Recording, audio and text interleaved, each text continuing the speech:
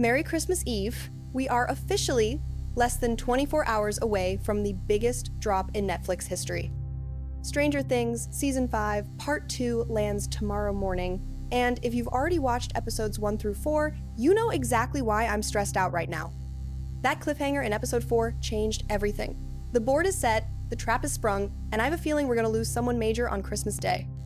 To get us ready, I've pulled together a complete deep dive breakdown of the story so far. We're gonna analyze the clues from the crawl all the way to Sorcerer and connect the dots on what is about to happen to Eleven and the party. Get comfortable, because we are unlocking the vault. Let's listen in. Welcome to the Deep Dive. Today is Christmas Eve, December 24, 2025, and for the hardcore fans out there, you know exactly what that means. We are so close. We are just 24 hours away from the drop. Volume 2 of Story Vaulted, episodes 5 through 7, the Christmas drop, it lands tomorrow, and frankly, the anxiety is, it's setting in. It's palpable, yeah. Our listener has armed us with this incredibly detailed breakdown of the first 4 episodes, which were just chaotic. Absolutely. And our mission today, it goes beyond just summary. We're getting into some high-stakes prediction here. We have to analyze the huge cliffhangers of Volume 1. And use them to map out what we're going to see tomorrow and then, you know, the final war in the New Year's finale. It was only 4 episodes, but the board is completely set for the end of the world. What Volume 1 did so well was just make you feel how vulnerable everyone is right now. It's not just monsters attacking, it's the power dynamic shifting. That feeling of dread is just, it's overwhelming. It was relentless. The speed of it was so intense, and we ended episode 4 with 2 bombshells that didn't just wrap up the first half. They redefined the entire series. Okay, let's just unpack this immediately. We have to start with the biggest shocker, the Will revelation. We've always known he had this connection to Vecna, but that barn scene, it changed everything. It was pure, terrifying validation. When the Demogorgons attack the Hawkins rescue crew, Will doesn't just get, the shivers. No. He actively uses his power.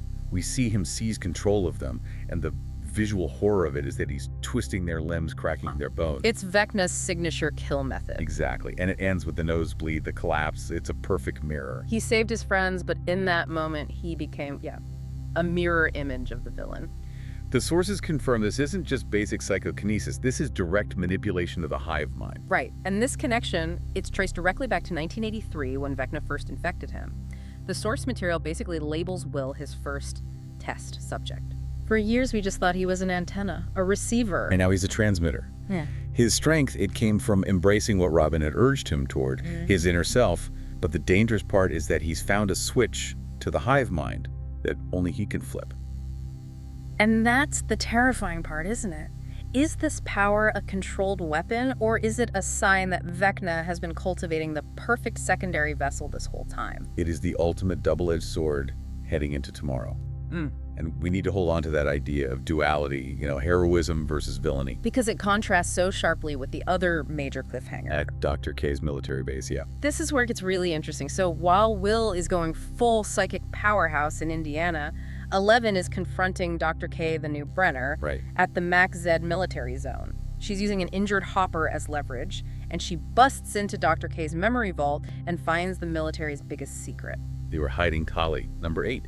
Eleven's sister from Season 2. I couldn't believe it. The sources reveal that Dr. K had this sonic antenna, this huge structure at the base, and it was acting as kryptonite. It was suppressing Eleven's powers while keeping Kali contained. And Kali is an illusionist, a teleporter. She's suddenly about to be free right in the middle of a war zone. The implication is just huge. Kali isn't some nostalgic callback. Her being there immediately elevates the whole strategic conflict. Right, if Dr. K was using her unique powers for some military purpose, what was it? And how does her escape complicate everything for Eleven? What's fascinating is the clash of styles. Eleven is raw power, demolition. Kali is mental manipulation, illusion. So the military was trying to isolate a specific type of power they could contain. Exactly. And now Kali is this massive high-stakes variable. Is she an ally who can help defeat Vecna? Or is she a revenge-driven foe whose abilities could be weaponized by whoever is left of Dr. K's forces? The board is absolutely set for a collision. Okay, let's take a deep breath and just map out where everyone is, because location is everything going into tomorrow. This is November 3rd, 1987. Who's trapped? Who's mobile? Okay, so we have 4 groups, basically, in a psychic cage. First, Derek Turbo, kidnapped, confirmed as one of the 12 children Vecna is using as vessels. And crucially, the youngest, Holly Wheeler, is also gone. She's trapped inside Henry Creel's mindscape. And the sources really emphasize that her storyline is woven into Max's. It's connected by her imaginary friend, Mr. Watson, and that parallel to A Wrinkle in Time. She's searching for a tesseract, a space-folding cube. Which is more than just literary flavor. It points towards, dimensional physics, not just the upside down, but maybe even the rumored Dimension X. And Max is still in a coma, inside Henry's memories, and we know she recognized Collie in the dreamscape, which feels like a huge piece of information. A critical piece. And we can't forget the immediate tragedy. Karen and Ted Wheeler, both severely injured. Karen's in surgery, Ted's in a medically induced coma. The whole family unit is just broken, which raises the stakes for Nancy and Mike dramatically. Then you have our mobile but very imperiled heroes. Hopper and 11 are reunited, but deep in the upside down. Right near the Max Z zone. And Hopper's injured, bleeding, grabbed by a tentacle, and they're surrounded by demogorgons. Meanwhile, the Hawkins rescue crew, the main kids, Joyce, Murray, they're all regrouping at the barn. They've still got Steve's highly abused tracking van. The one with the massive hole in the roof now? Yeah, they failed to get Derek, and they just watched Will do that shocking power display. And finally, the military.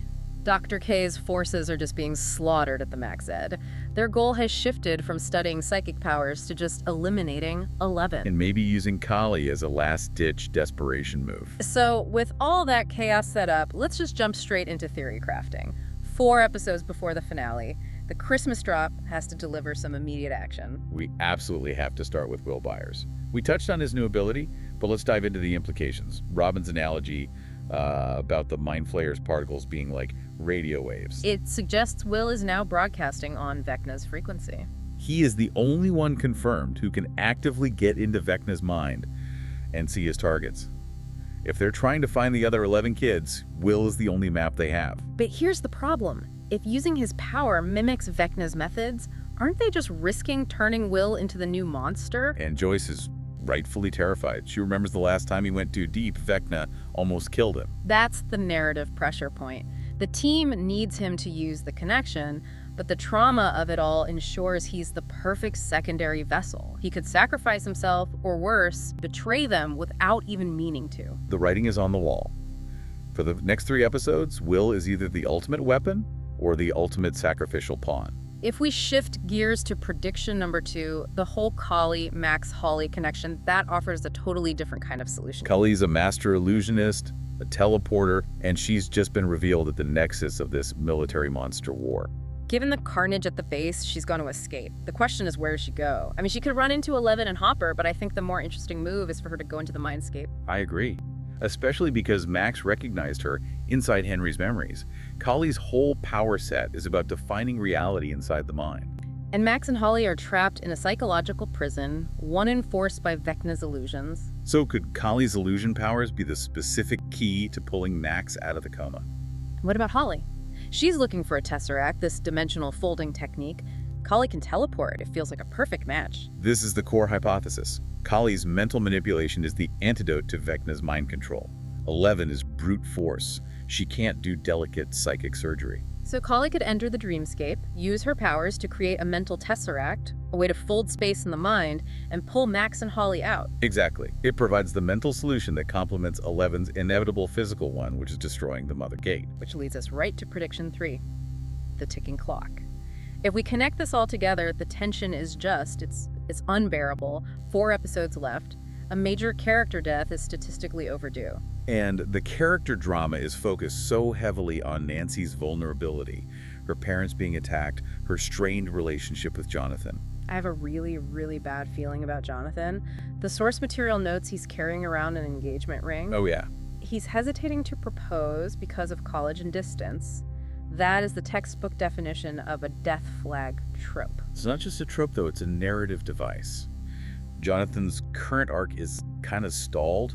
He's driving that vulnerable van near a breach, and he has this clear emotional anchor that needs resolving. A heroic sacrifice. It provides a clean end to his uncertainty, and maybe it clears the runway for the long-standing Steve and Nancy dynamic to finally be addressed in the finale. The dread is that it makes perfect sense for the story, even if we don't want to see it happen. It really does. It raises the stakes for these next few episodes instantly. Okay, let's look further ahead now.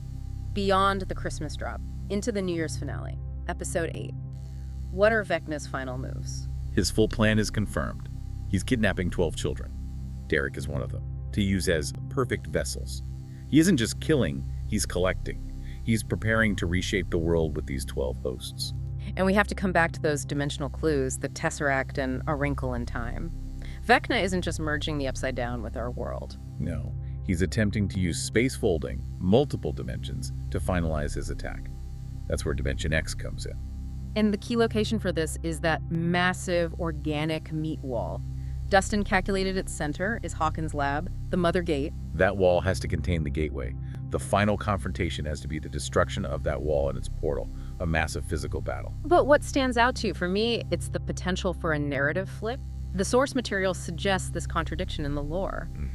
The show implies Vecna created the Mind Flayer, but the play hints the Mind Flayer corrupted Henry Creel after he went into the Upside Down. Which raises the most important question for the finale. Is Vecna redeemable? If they can somehow break the Mind Flayer's hold on Henry Creel, especially since the lore hints he was friends with Joyce and Hopper in high school. It completely flips the script. It's not a battle of annihilation anymore. It's an act of liberation. Instead of killing Vecna, the goal shifts to freeing Henry. That's a fascinating layer of moral complexity for the final fight. It's not just about winning. It's about restoring a person who was lost. Right. And the emotional core has to be whether El can defeat Vecna without losing will to that same darkness, while also wrestling with the idea that the man underneath might be salvageable. This deep dive, it confirms what we already suspected. The stakes are existential and no one is safe. The 80s references, the D&D analogies, the dread. It's the perfect final setup. We are ready, even if we are terrified. It's the perfect setup for a holiday drop. So here's a final provocative thought for you to mull over until the Christmas drop lands tomorrow. The source material noted Holly Wheeler was on her way to becoming part of the group. If she's trapped in Henry's mindscape, armed with her knowledge of A Wrinkle in Time, where a small girl folds space, and her connection to Mr. Watson, what if Holly, not 11 or Will, holds the key? Wow. Could Holly, the youngest member, act as the heroic flea who folds space inside the psychic domain, forcing a collapse of Vecna's mind from the inside? Something to think about. We'll find out soon. Merry Christmas Eve, and we'll see you on the other side. That is exactly what I'm talking about. The theory about Will's connection to Vecna is the one thing that keeps me up at night. If that turns out to be true in episode 5, we are in for a rough Christmas. I want to hear from you guys. Do you agree with that breakdown? And more importantly, who do you think is in the most danger when the new episodes drop tomorrow? Put your predictions in the comments right now so you have proof you called it. I will be back tomorrow with a full reaction to part 2. Make sure you are subscribed and have that notification bell on so you don't miss it. This is Story Vaulted. And I'll see you in the Upside Down.